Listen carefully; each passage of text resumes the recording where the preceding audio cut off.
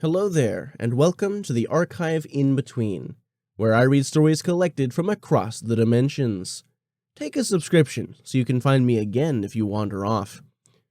Today's story doesn't have a name, but I'd like to call it The Lady Viola May by quillinkparchment on Reddit.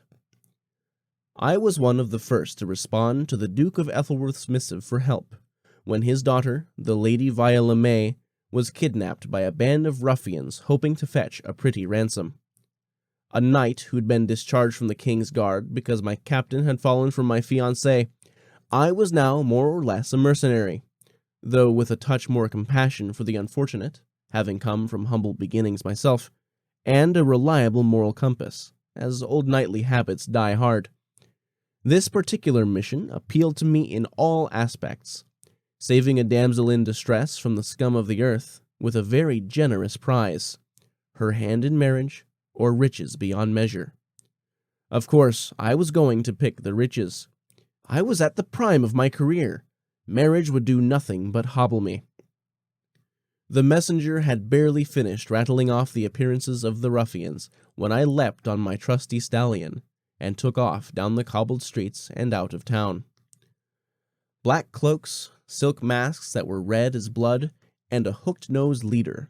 It could only be the Band Eights, a fearsome gang of hooligans who'd just risen to notoriety in the past 2 years for the efficiency with which they carried out their theft and burglary.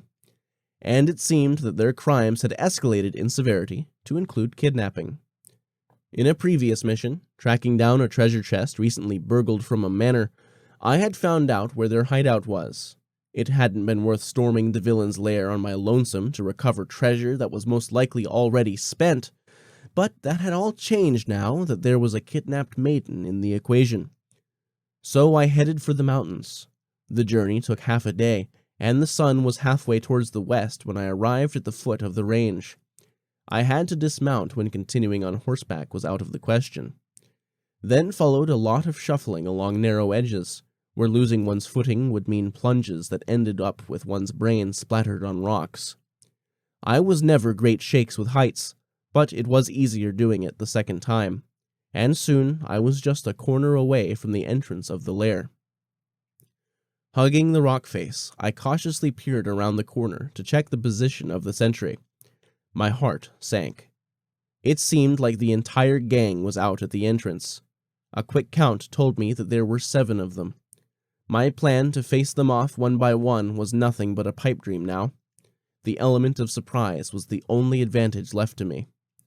I plucked my dagger from its scabbard with my left hand and wrapped my right hand around the hilt of my sword, steeling myself for the moment that I would hurl myself out into the thick of the gang. Closing my eyes, I breathed in slowly, then breathed out. And then my next breath was stuck, because I heard a terrible weeping, and fear gripped my heart. Surely they hadn't yet hurt the Lady Viola May. I couldn't have been too late, could I? The weeping became a high keening sound, almost a howl of pain, and I gave pause. Did daughters of dukes cry like that? I stuck my head around the corner again, and saw that it was one of the ruffians, wiping his eyes as he sobbed his heart out. The bright red silk mask was now a dark maroon from his tears.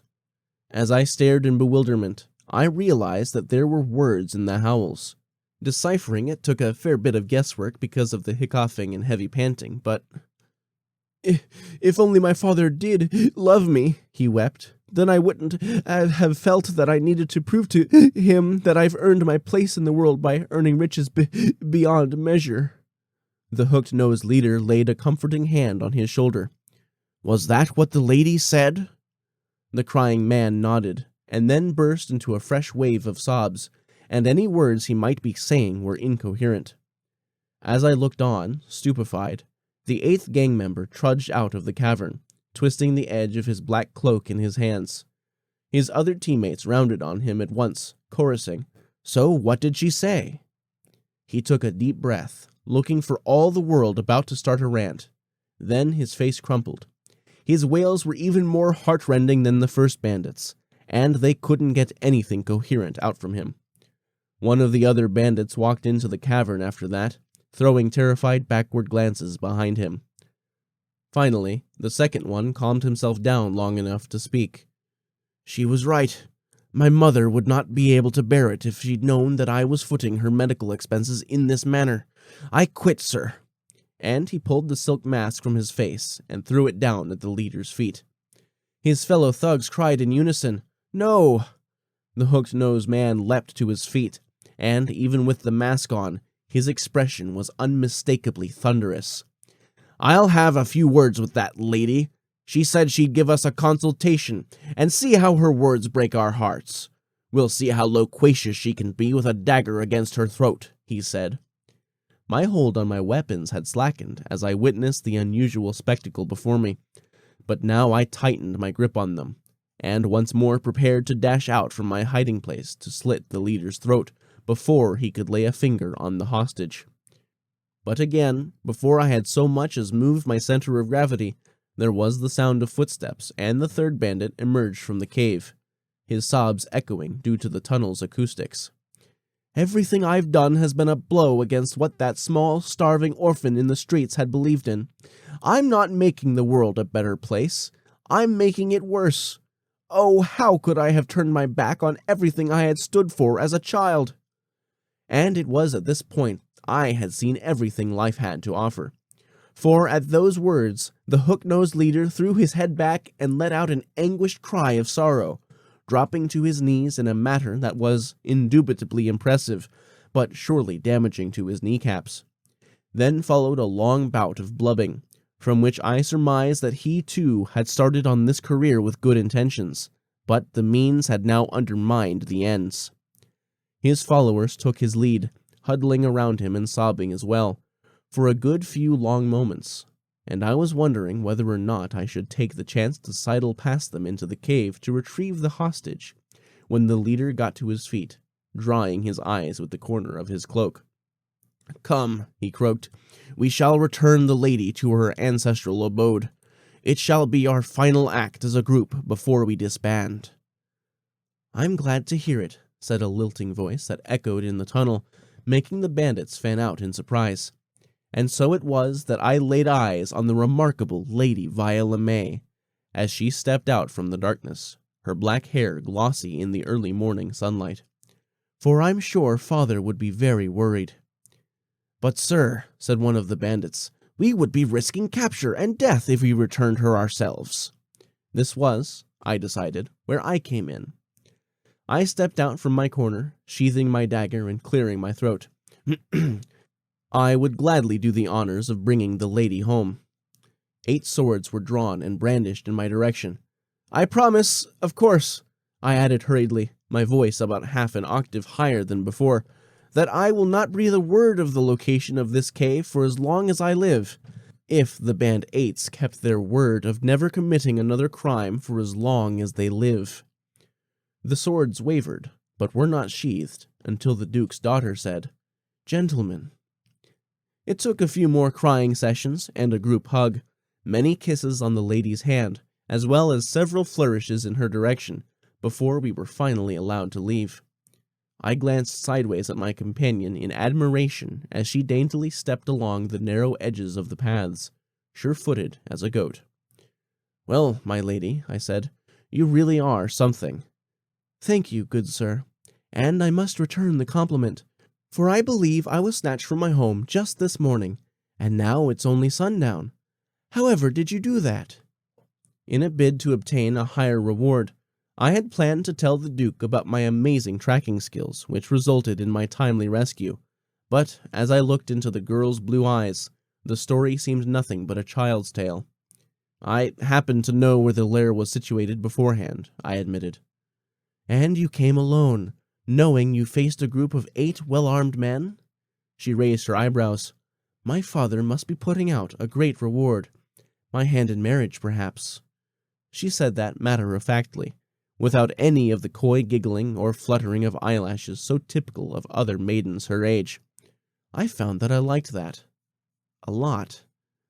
And also that I was the one blushing instead.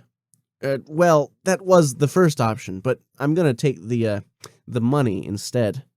I winced at the vulgarness and added, which is to say, the second option. We'd reached a path where it was possible to walk side by side, and she tilted her head, looking up at me. Passing off marriage to a duke's daughter. Have you given your favor to some other lady? No, I said.